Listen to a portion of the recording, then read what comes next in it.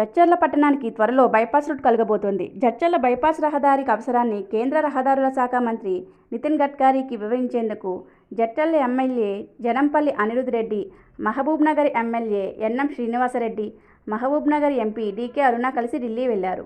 కేంద్ర మంత్రితో భేటీ అయిన ఎంపీలు, ఎమ్మెల్యేలు జడ్చర్లలో పెరుగుతున్న వాహన రద్దీ, పట్టణ ప్రజలు ఎదుర్కొంటున్న సమస్యలను వివరించారు.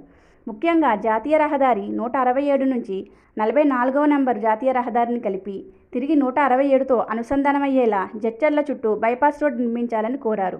జడ్చర్ల పట్టణంలో ట్రాఫిక్ భారంగా మారిన నేపథ్యంలో బైపాస్ అవసరం అత్యవసరమని ఎంపీ డీకే అరుణ స్పష్టంగా తెలిపారు. మహబూబ్నగర్ బైపాస్ రోడ్ పనుల్లో వేగం పెంచాలని కూడా కేంద్ర మంత్రిని కోరారు. ఈ వినతులపై కేంద్ర మంత్రి నితిన్ గడ్కరీ సానుకూలంగా స్పందించారు. బైపాస్ రహదారి మంజూరు చేస్తామని, దీనికి సంబంధించిన DPRను సమీక్షించి అవసరమైన నిధులను కేంద్ర బడ్జెట్లో కేటాయిస్తామని హామీ ఇచ్చారు. ఇక జడ్చర్ల బైపాస్ రహదారి త్వరితగతిన మంజూరయ్యే అవకాశం కనిపిస్తోంది. రద్దీ తగ్గడంతో పాటు స్థానికులకు ప్రయాణ సౌలభ్యం కలిగించేందుకు ఇది ఒక పెద్ద ఊరటగా మారనుంది.